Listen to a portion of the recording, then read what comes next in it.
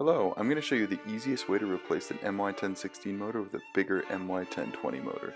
Here you can see this Razor dirt bike, the MY1016 comes standard, and here you can see I've replaced it with the MY20. The secret is this adapter here that you can find on Amazon. It means you don't need to drill any holes in the frame, it's super easy to set up, it comes with everything you need, and it works on Razor dirt bikes and go-karts.